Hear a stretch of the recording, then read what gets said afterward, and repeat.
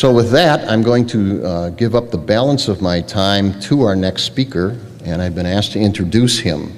And of course, in Las Vegas, I made the faux pas of saying he's a man who needs no introduction. That will not happen again. I'm delighted to introduce Mr. Tom Woods, actually Dr. Tom Woods. His best-selling book, Meltdown, is one that you should all read. It's a very interesting look at the financial crisis that we've been going through and are still enduring the pains of. In addition, Tom is a senior fellow of the Mises Institute. He's the editor of the Journal of Libertarian Studies and a contributing editor of the American Conservative. And it goes on and on and on. As a matter of fact, I could go on for 10 minutes. So rather than do that, I'm going to let him do the talking. Ladies and gentlemen, Mr. Tom Woods.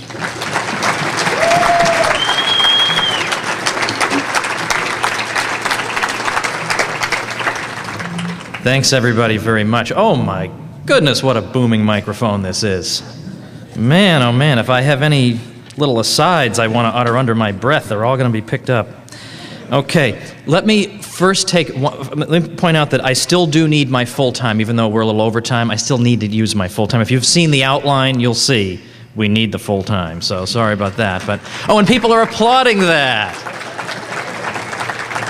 See, this is the difference between when I used to be a college professor and now. Normally, if you were to come in late and say, however, I need to keep you for the full time, there'd be an assault. And let me also start out by explaining what it is what I'm doing today. And when they ultimately release this as a video, they'll cut out this part. So I'll start out in a couple minutes as if those are my first words. But I want to preface this by explaining to those of you who have not been to another one of these regional conferences of the Campaign for Liberty, that my role at these events has been twofold. Number one, I've been speaking sometimes at the evening events, as I'll do tonight, in which I tend to be more jokey, and there's a lot more red meat thrown out there. But during the day, the idea is that at each one of these events, I will speak on some foundational topic in a 50-minute period and try and give people as good and solid an introduction to it as I can, and then they'll put all these together in some kind of product. So up to now, for example, I've done, in St. Louis, I gave a Jeffersonian overview of the Constitution. I've done one on sound money. I've done one in light of all the state sovereignty resolutions. I've done one on the relationship between the states and the federal government to show that people who are making the argument for state sovereignty are 100% dead right, historically and constitutionally. And so today I'm going to talk about, again, a completely different topic, and that is the subject of individual rights, which of course is foundational to what we're doing. So understand that if anyone has told you, hey, this Woods guy, I heard he's kind of funny. If I'm not that funny right now, don't form your permanent judgment of my sense of humor, okay, until tonight. And then if it turns out I'm still not funny, then I think you're more justified in rendering your judgment. So, okay, so now we'll just pause and say, well, good afternoon, ladies and gentlemen. Here we are, starting our session. Oh, good. Applause. Wonderful. Let's see. All right. So what we're going to do is talk about individual rights, and I've got an awful lot of material on here. So we're just going to zoom on through it, baby. And if you miss something, you can wait 8 months for this to come out and watch it, or you can ask me later.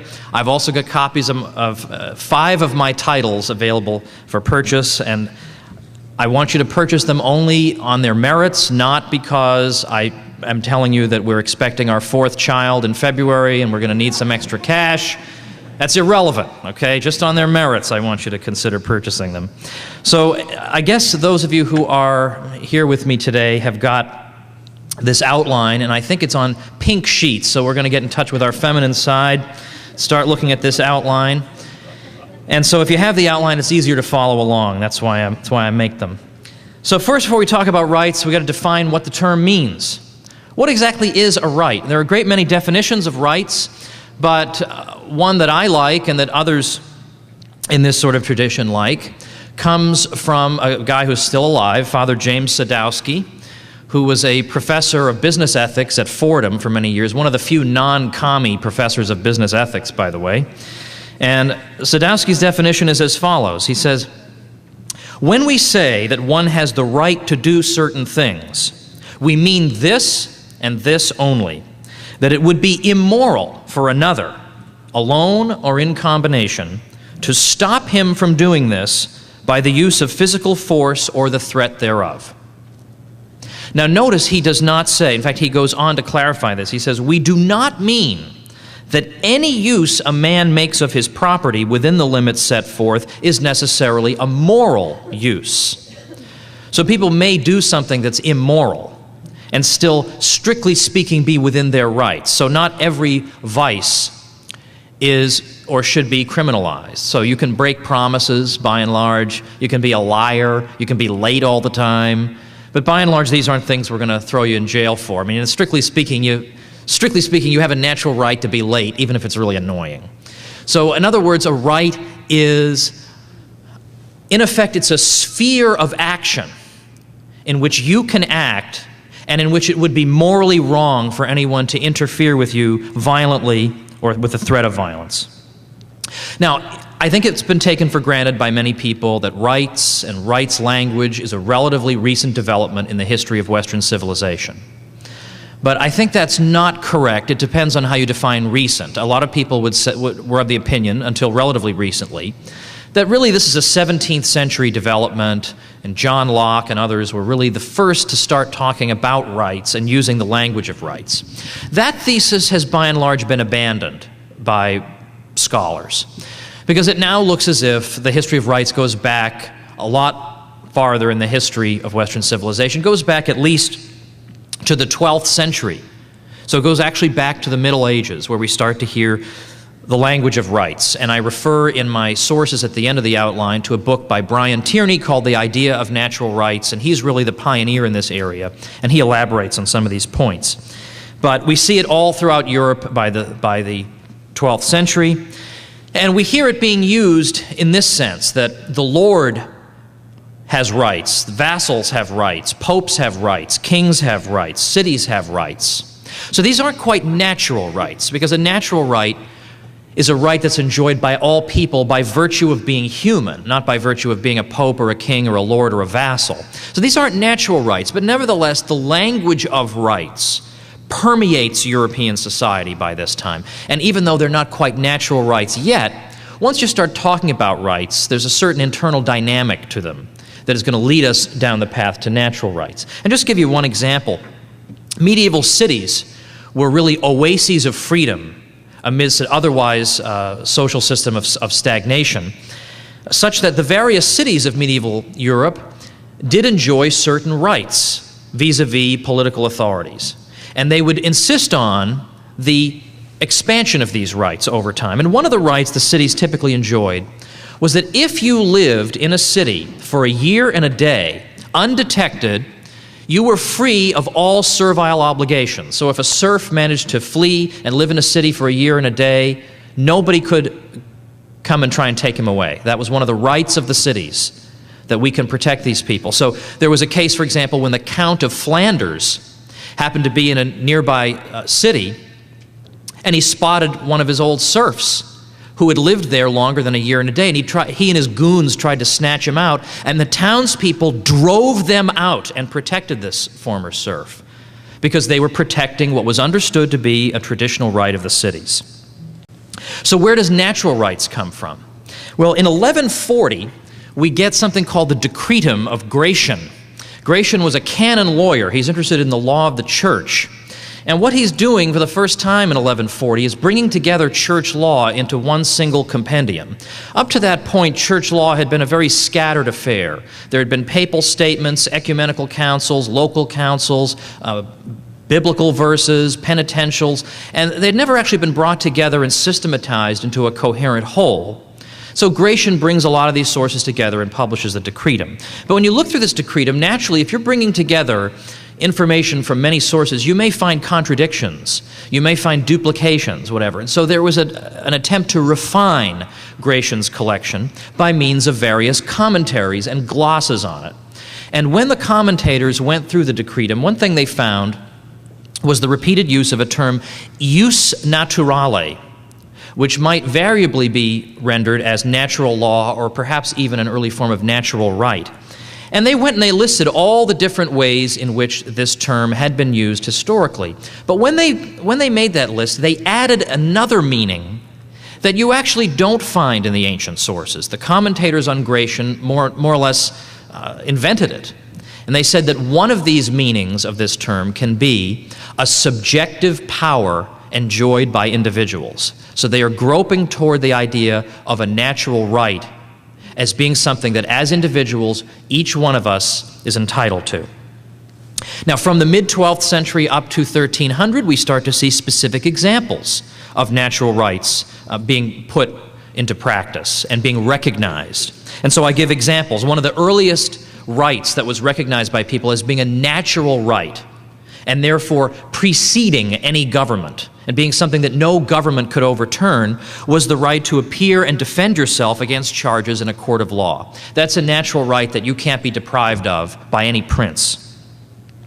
Likewise, over this 150-year period, we begin to see the development of the ideas of the rights of property, of self-defense, of marriage, as being a relationship entered into freely by free individuals exercising their freedom of choice, and still other areas. And these, again, being rights that inhere in the person as a person, and that people can't be deprived of by any political authority. So these are natural rights and cannot be taken away by the prince.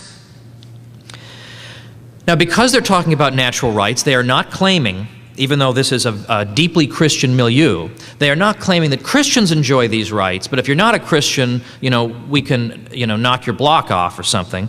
To the contrary, in the mid-13th century, Pope Innocent IV made a statement that future commentators referred to quite often. Innocent IV said, "Ownership, possession, and jurisdiction can belong to non-believers licitly, for these things were made not only for the faithful, but for every rational creature." Well, that is the very heart of the idea of natural rights. Now, we move forward several centuries to the age of discovery. By the way, if there's anybody out here who has bottled water that has not yet been opened, by the way, and consumed, if I could have a little liquidity, the good kind, that would be a huge help to me. But so any administrative people who happen to hear this, that'd be super helpful. In any event, we're going to move to the age of discovery. Particularly, we want to look at Spain, Spain's interaction with the natives of the New World. Because we all know, we hear all the time about the crimes of Columbus and the crimes of the conquistadors. But what we don't hear so much about is the crisis of conscience that this provoked in Spanish philosophers and theologians. Because in the 16th century, particularly around the University of Salamanca in Spain, you get Spanish philosophers asking the question, should we be acting this way? Should we be treating these natives like garbage? Or should we not recognize in them a common spark of humanity that would in turn demand of us that we extend to them the same rights that we would extend to our fellow Europeans? And what we find is that one of the silver linings amidst the demographic disaster that struck the natives of the New World was that it provoked this kind of soul-searching on the part of Spanish intellectuals. Thank you very much. Oh, baby, that's beautiful. And so it was at this moment that we start to hear the idea really taking root of natural rights, of norms that govern the conduct of states, that states aren't just generators of powers, that states, in fact, have to be subject to the moral law. They're not morally autonomous. And so, therefore, the Spanish government can't just behave however it wishes toward these people. Francisco de Vitoria is considered to be one of the founders. Oh, I get another delivery of water. Great. No, I'll take it. Francisco de Vitoria is called one of the founders of international law. Now, we hear international law and we think boo, hiss. But all he means by it is not a United Nations. All he means by it is simply that there's a single standard of justice that applies to all people. Now, this is not a common thing to come across in the world, this emphasis on there being a single standard of justice that applies to me and to my people just as much as it applies to you and your people. I mean, we don't have any record of Attila the Hun sitting back and saying, gosh, should I really be treating people this way, or should I maybe stop these conquests in the name of natural rights? You know, I mean, he was asked once, you know, how come you're looting and pillaging and stealing stuff from people? And he said, well, I don't know, because I want to take people's stuff. Like, why are you even asking me the question? Or likewise, the Harvard historian Samuel Eliot Morrison points out that a number of the North American tribes, Indian tribes, they had the same word for the people as they had for members of our tribe, and the same word for enemy or son of the she-dog or whatever they would apply to members of other tribes. Now, if you're going to think in that way, you're never going to reach a level at which you can make a universal statement about universally applicable natural rights. So this is a rarity in the history of the world.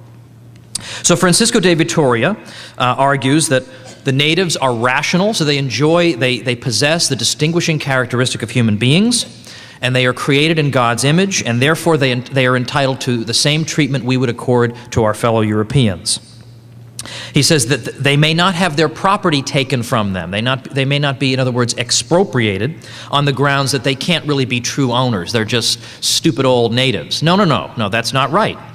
He says, to the contrary, the Aborigines undoubtedly have true dominion in both public and private matters, just like Christians, and neither their princes nor private persons could be despoiled of their property on the ground of their not being true owners. So they have the rights to property just the same way everyone else has.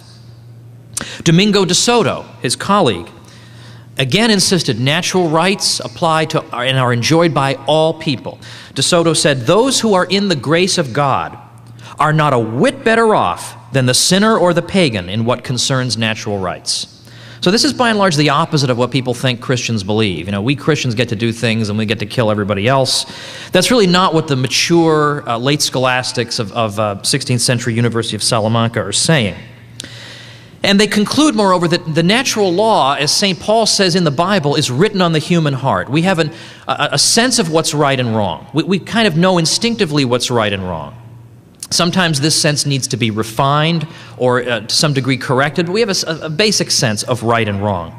And because we all possess this, and this is something that brutes do not possess, you know, an aardvark doesn't have an internal sense of moral right and wrong, but human beings do, this therefore links us all in a kind of sublime mystical equality, because we all possess this ability to reflect on our actions in light of universal principles written on our hearts. This is something that belongs only to Homo sapiens, not to anyone else. And on these grounds, again, this basis of equality and this idea that human beings enjoy a special dignity for this reason, and because they enjoy rationality, they have a certain equality that therefore means that no one of us has any innate particular power to exercise arbitrary power over anybody else. We all have a certain equality on these grounds. Now, a figure people have heard of more, I think, than Francisco de Vitoria or Domingo de Soto is, of course, John Locke, the 17th century, by and large, figure who died in 1704. John Locke, of course, is deeply influential and very much influences Thomas Jefferson with the Declaration of Independence, naturally. And he's going to talk about natural rights deriving from the idea of self-ownership, the idea that you own yourself. Now, that's not an idea that Locke invented. From what I can see, the first figure to actually talk about this idea of a right of self-ownership is a 13th century scholastic philosopher named Henry of Ghent. And I think he died around 1293. So this long precedes John Locke. But Locke really gives a lot of meat to the idea. And I know when people hear self-ownership, some people feel funny about this. How could you really own yourself? And first of all, we have to understand what's meant by ownership in this case. All that's meant by ownership is range of control. So who has the best moral claim to exercise a range of control over your physical body? Who has a better claim than you yourself? Okay? And then even if we want to get really graphic about it, suppose I actually want to donate a kidney to save my daughter or something. I would have the moral claim to do that. Nobody else could come up to me and say, hey, by the way, I'm going to start yanking body parts out of you. Right? We instinctively recognize that we as individuals have the greatest moral claim to exercise a range of control over our own bodies. Now, an objection that we hear sometimes, I think, from religious people would be that, but doesn't God own everybody? Isn't it kind of impious to claim that you own yourself? But I think the answer to that is, again, we're talking just about range of control, and we're talking about our control over our bodies vis-a-vis other people. Certainly vis-a-vis other people, no one has a better claim than I have. But beyond that, if it's true that God created all things, He created the whole world, He created the earth, He created all the land, well, nobody has any hesitation in saying, I own this land. But no one comes up to him and says, now wait a minute, God owns the land. You have no right to have a deed to this land. So I think if you were to make that argument, it would abolish all ownership. So I think that's not really a concern.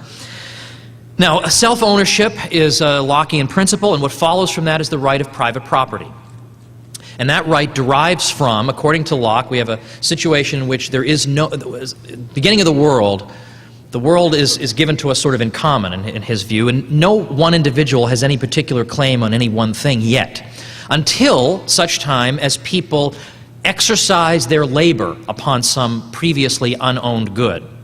So I cultivate some soil, I pick some berries, whatever.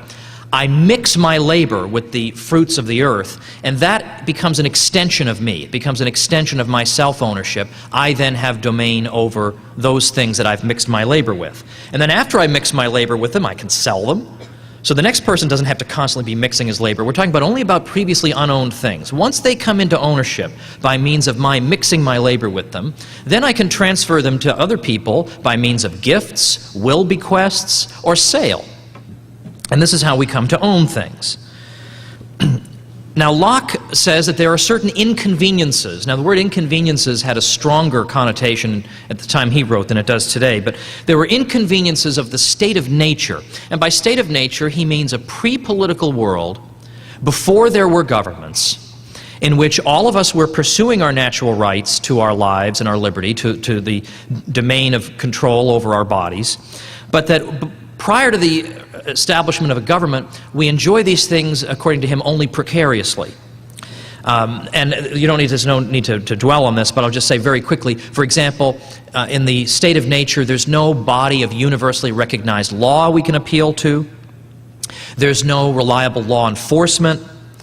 And thirdly, we have the problem of people being very bad judges in their own cases. People are going to tend to side with themselves if a case of conflict should arise. So according to Locke, we need to remedy these deficiencies by means of civil government, and we therefore delegate to that civil government some portion of the rights we would enjoy completely in the state of nature. We delegate some of these, for example, perhaps some of our self-defense, like for example, judicial services. We would delegate that to governments. And so governments would be there to perform just night watchman services, simply to protect rights of property and right to life, and that would be it. And if they try to exercise powers beyond these that are strictly necessary for these purposes, then the people would have the power to abolish that government, because then the government would be interfering with rather than protecting their rights. Now, a much more recent figure, and I know how fast this is. This is super fast, but that's what an intro is, baby, and then it makes you want to read more, because I know that's what we all need in this room. We're saying, man, oh man, I wish I had something to read, you know? Well, the next guy I want to talk about is much more recent. He died only very recently. Robert Nozick was a Harvard philosopher. What's very significant about him is that his book, Anarchy, State, and Utopia from 1974, it's a very rare case of a professional philosopher who's very respected at a top university taking liberty arguments seriously. And that's what he does in this book. And he argues for a minimal state that exists for the provision of rights protection services, but no other. That's what the state is confined to. Now, he was criticized in an article called Libertarianism Without Foundations, because he doesn't give an express account of how people come to enjoy rights or what the source of people's rights might be. He doesn't talk about this expressly in the book. So he was criticized for this. Well, you're just arbitrarily making assertions. But his defense to this, undoubtedly, would be that in this book he is making an appeal to principles that everybody would take for granted. There's no obvious need to belabor the point by giving you a 30-chapter explanation of why slavery is wrong. So I think I could, I've already got a pretty big book here in Anarchy, State, and Utopia. I assume I can take for granted that people are against slavery. I'm going to assume that they already know slavery is bad. So if I then turn around and say, hey, this thing is just like slavery, people will understand that this thing is bad. Or conversely, any form of forced labor. Again, he's assuming that the general run of mankind takes for granted that forced labor is morally wrong. So if he can show that something that the government does is just like forced labor, then likewise we can say that that's morally wrong, without having to go into a lengthy exposition of why forced labor is wrong. This is a moral intuition most people already hold. And so this is right out of his book. He says, and this is Roman numeral 4, part C, he says, taking the earnings of n hours labor is like taking n hours from the person. It is like forcing the person to work n hours for another's purpose. And that's why he argued that an income tax was on a par with forced labor. Because how is it conceptually different?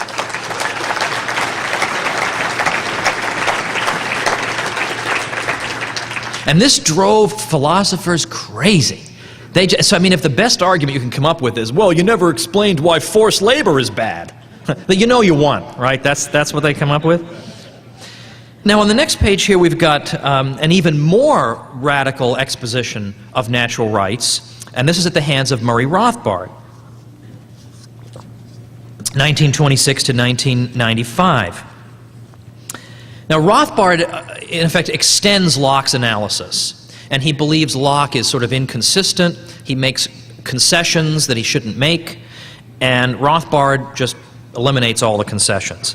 His argument is that the only defensible philosophical position is 100% self-ownership.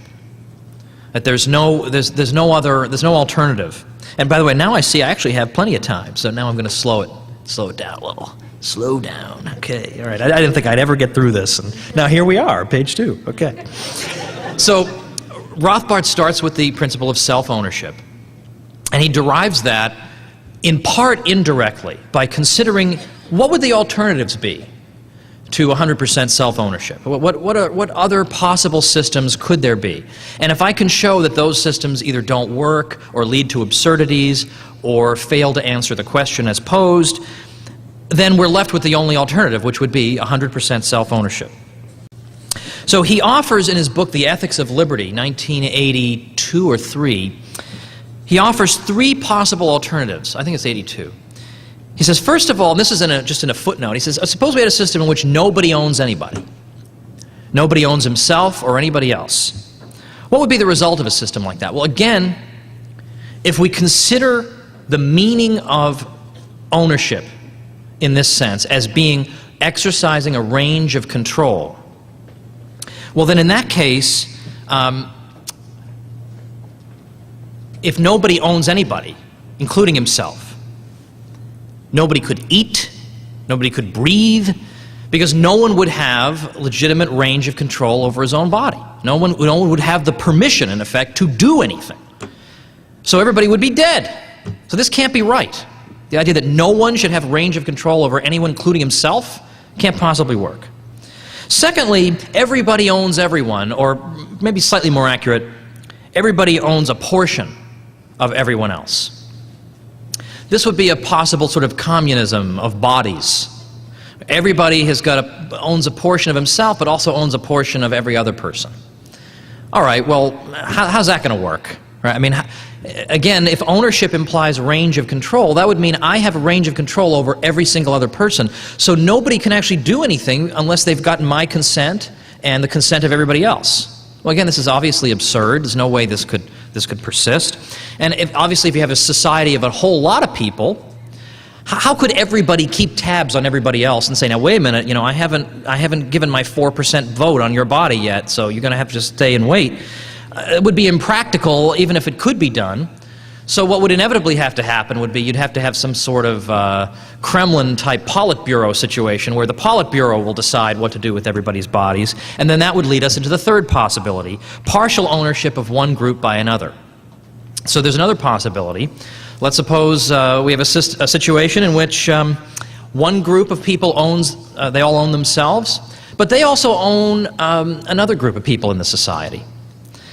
Well, Rothbard has a couple arguments against this, but one of them is this fails to answer what it is we're searching for. We're searching for a universal ethic for man, for mankind, that would apply to man qua man. Now, if you're going to say that, well, the correct ethic would be that people with red hair get to dominate people with black hair, that's not an ethic for man. That's an ethic for one group of people. We're looking for a universal standard that would apply to everybody. So this doesn't even meet the definition of what we're seeking. So this is excluded. So according to Rothbard, the only alternative that's left is self-ownership, is 100% self-ownership of each person by himself. Now, if you notice immediately, I think, the extremely radical political implications of Rothbard's conclusion, which would be, if there is such a thing as if we have 100% self-ownership, then, according to him, any form of aggression against the individual is morally unjustifiable, including taxation. That would be morally unjustifiable because that would be a kind of theft from one group preying upon another, and that would be a violation of the self-ownership of the people being taxed. And he would say that there has to be one standard of morality that is universally applied to all people. And one thing that would fail that test is, I can steal, but you can't. I can hit you, but you can't hit me. That type of ethic is not universal. And so therefore, if a government is going to try to exercise a non-universal ethic and say, well, we can take, but you can't, or we can expropriate you in order to protect you from expropriators, this is not a universal ethic, and it violates the tenets of self-ownership. So that's why Rothbard rejects the state altogether. He moves beyond the minimal state of Locke and Nozick to say that even the minimal state violates rights, and therefore can't be justified. Now, oh wow, hey, yikes. I'm just telling you the stuff, okay? I'm not taking sides here, I'm just telling you. Nobody believes me, all right. Okay, but I mean, I'm trying to be fair to everybody here. Okay, now finally, you'll notice that I've got like a 58-page last example, not because it's the most important, but simply because the argument is very unfamiliar to people, I think, and it's much easier to follow just going on here. In fact, I'm even going to make it even simpler. Under Roman numeral 6, I'm going to strike out letter D altogether. We're just going to strike it out and make it even simpler.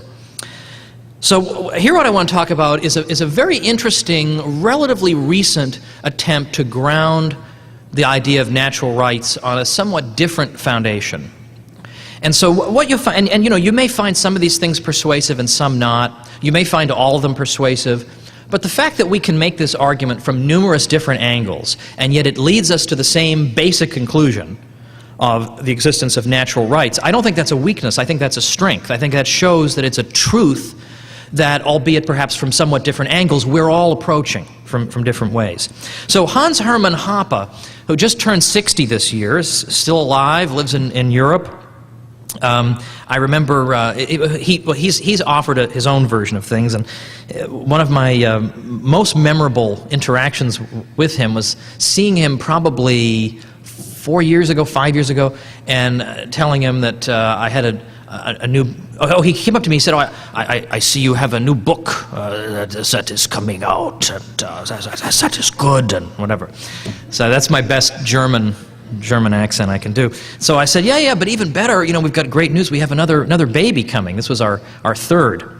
And he said, "Oh, congratulations." I said, "Yeah." I said, "I don't, you know," he said, because I said to him that it seems like we're doing like one baby per book at that point. Like it was like every time a book came out, there was a baby, like all the time.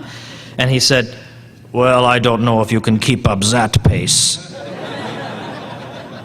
And I walked away not knowing, does he mean books or babies? Right? No, anyway.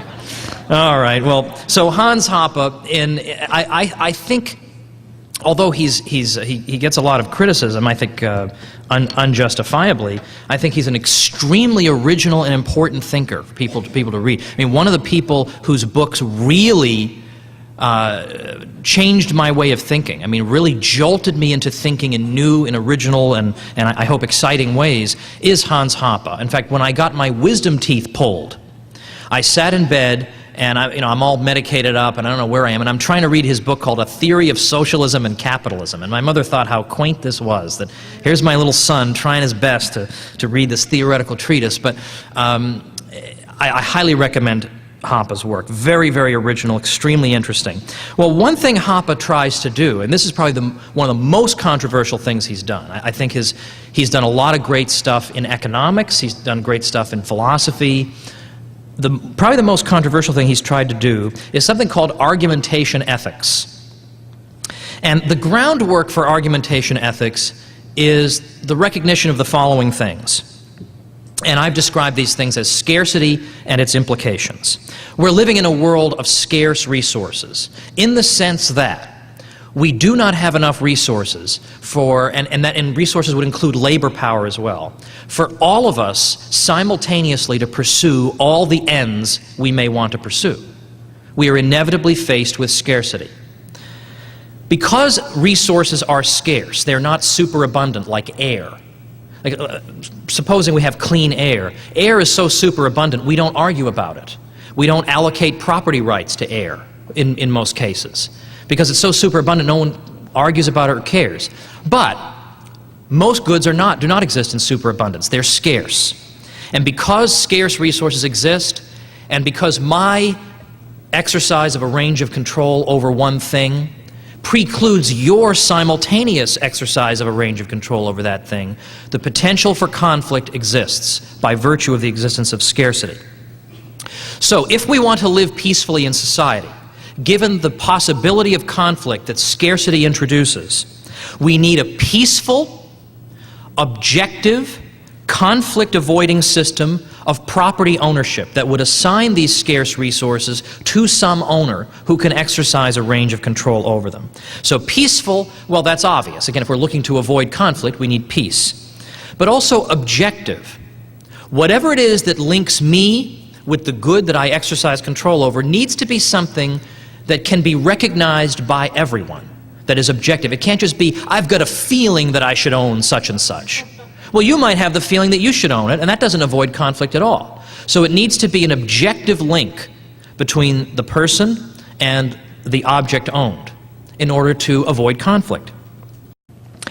So, the system that we're looking for that will reduce conflicts is a system that is going to specify which individuals may exercise enforceable control over which things. Because if you have a right, it doesn't mean anything if you're not allowed to enforce it. I mean, you can talk all day long about your property rights while the government is bulldozing your house. So the ability to enforce the right is important. So this is what rights theory and interpersonal ethics are seeking to address. Now, I think it's also important as a preliminary step to observe that everybody, even thieves, even communists, even fascists, everybody presupposes a theory of rights and ownership. Everybody does. Because the communists are not saying nobody should own anything. They're not saying no one should exercise a range of control over anything. They're saying these people should exercise that range of control, not these exploiters. A thief is saying, I should have control over these goods because I'm big and strong and I've got a gun and I can take them from you, and you shouldn't. So in effect, he also has a theory. It's a crummy theory, but he does believe, he's not saying no one should exercise control over anything. Everybody's got some theory as to who should control property. Bureaucrats, governments, thieves, whatever, free individuals. Everybody's got some understanding of how ownership should be conferred. But what's controversial about Hans Hoppe's argumentation ethics is he's arguing that only the libertarian theory of property can actually be rationally justified. You can have a million theories. This is the only one that can be rationally justified in an argument. Now, how does he come to this very sort of shocking conclusion? And by the way, by libertarian theory of rights and ownership, all he means is the idea really that comes from Locke and perhaps purified by Rothbard, the idea that the owner of something is either the first user of the thing, as in the case of a previously unowned good, or the transferee of that good by means of gift or bequest or sale. That's the libertarian theory of rights and property ownership. And he's arguing this is the only one that can be argumentatively justified. Now, according to Hoppe, any type of normative proposition you might want to advance has to be advanced in the course of an argument. We don't come into this world with normative arguments already emblazoned on our brains. We have to hear them. We have to come to understand them, and then using our reason, rationally come to accept them. So we have to engage in the practical activity. We're not disembodied ghosts. We are real human beings who need to learn things in the course of the give and take of discourse, an argument. Now, therefore, Hoppe says that given how important argument is to reaching conclusions, particularly to reaching conclusions about how society should be organized, and what rights there are, and who can do what, well, if there are norms of argumentation that are presupposed by everyone who engages in argument, then it becomes logically impossible to argue against these norms and be consistent. And according to Hoppe, the only property assignment rules that can be consistently advanced in argumentation, such that you are not contradicting yourself, is the libertarian one. So, for instance, you can't argue that argument is impossible, because you're contradicting yourself, right? You're making an argument that you can't argue. Or you couldn't try to reason that reason doesn't exist. Well, you're using reason, right, in the very act of trying to do it. So you're contradicting yourself through your actions. So Hoppe, in effect, is going to say that you cannot, in a non-contradictory way, advance any competing theory of ownership titles. So let's examine this in a little bit more detail here. He says, I think I've covered this, the act of argumentation itself takes certain norms for granted. To argue coherently, one cannot deny the very norms that are presupposed by the participants as being true. So really what Hoppe is saying is that, Hans Hoppe, I'm a libertarian, but really so are you. You just don't realize it. That every time we engage in argument, we're temporarily all being libertarians. Because what we're engaged in is a peaceful attempt to persuade someone of a proposition. It's not an attempt to persuade them by saying, look, I'm going to argue with you for a little while, but if you don't accept what I'm saying, then I'm going to clock you over the head. Well, that's not argumentation by definition. That's a threat. Argumentation is a peaceful, conflict-avoiding way of reaching conclusions. And so when you're engaged in it, you are, in effect, demonstrating your preference for peaceful, conflict-free paths to resolving disputes. And so when you're arguing, you are, in effect, giving voice and giving action to basically this very libertarian way of understanding that I am recognizing your right to control your body and listen to me, and I'm not going to hit you over the head, or otherwise I wouldn't be engaged in argument anymore. And I recognize my ability to exercise control over my body. So we're sort of taking for granted certain norms already as soon as we engage in argument. And we're convincing people through persuasion and with reason and with respect for that person's rational faculties and physical integrity. So what are these norms that are implied in the very act of argumentation? Well, the first such norm, I've already implied a couple, that we favor peaceful rather than violent resolutions of our disputes. But the first norm that he talks about is universalizability. And all that means is that if I'm going to propose a rule that I think people in society should follow, this rule has to be universalizable. That is to say, I need to be able to state the rule in such a way that it would apply universally to all people simultaneously. So, for example, if I were to say, I can hit you, but you can't hit me, that's not a universalizable rule.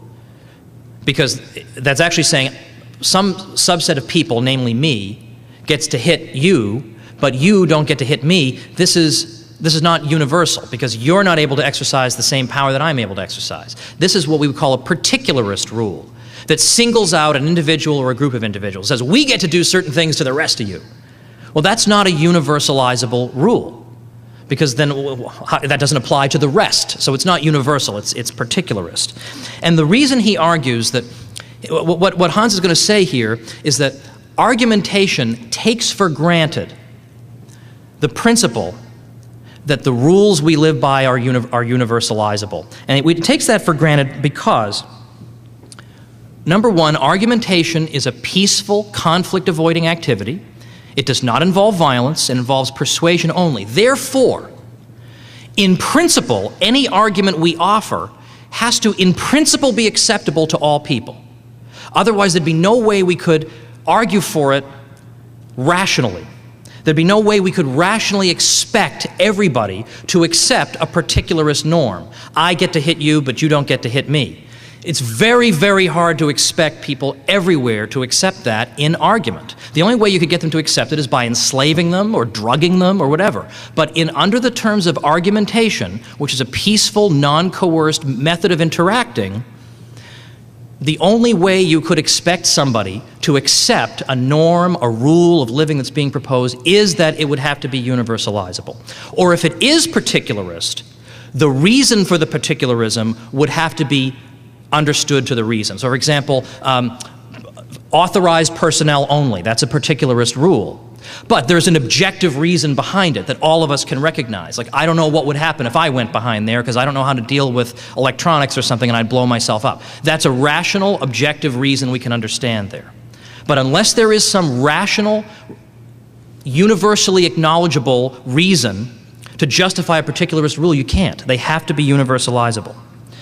Now, so right away, the universalizability, right away it rules out certain norms. Right away it rules out socialism. I can take from you, you can't take from me. Socialism doesn't even pass the first norm of argumentation. But universalizability is necessary but not sufficient. Because it's also universalizable to say everybody should get drunk on Friday night. Yeah, people are clapping for that, yeah. But likewise, it's also universalizable to say everyone should be executed for drinking on a Friday night. So universalizability is not sufficient, but it's a beginning. Now let's skip down to letter E. When we are engaged in argumentation,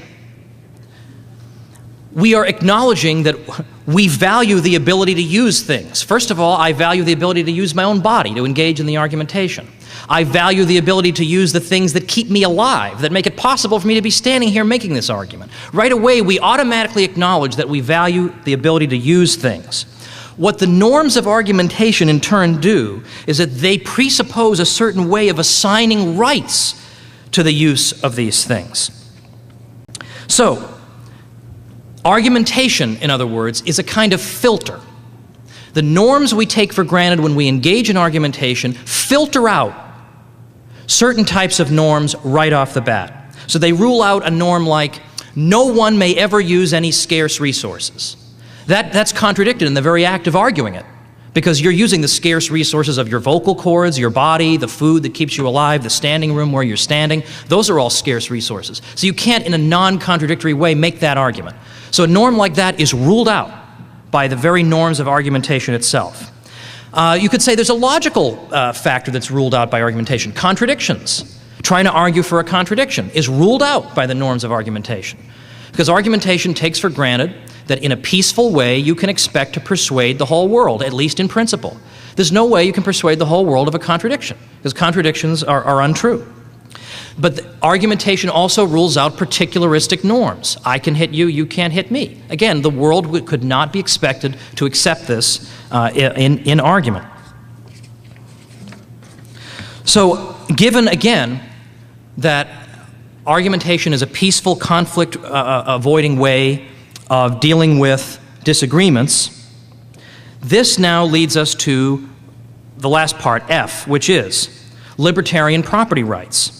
According to Hoppe, only libertarianism, the libertarian first user, I'm the first one who's mixed my labor with this unowned resource, and then I can transfer it to subsequent owners. Only this norm can be argumentatively justified in discourse because, first, it is an objective link. It's not just I feel like I should own this. This is a link that we can all see. We can all see you mixed your labor with this. Or we can see the receipt you have when you purchase it from the original person who mixed his labor with it. This is an objective link that is available universally for observation by the whole world, and therefore is one of the first steps in facilitating peaceful social interaction.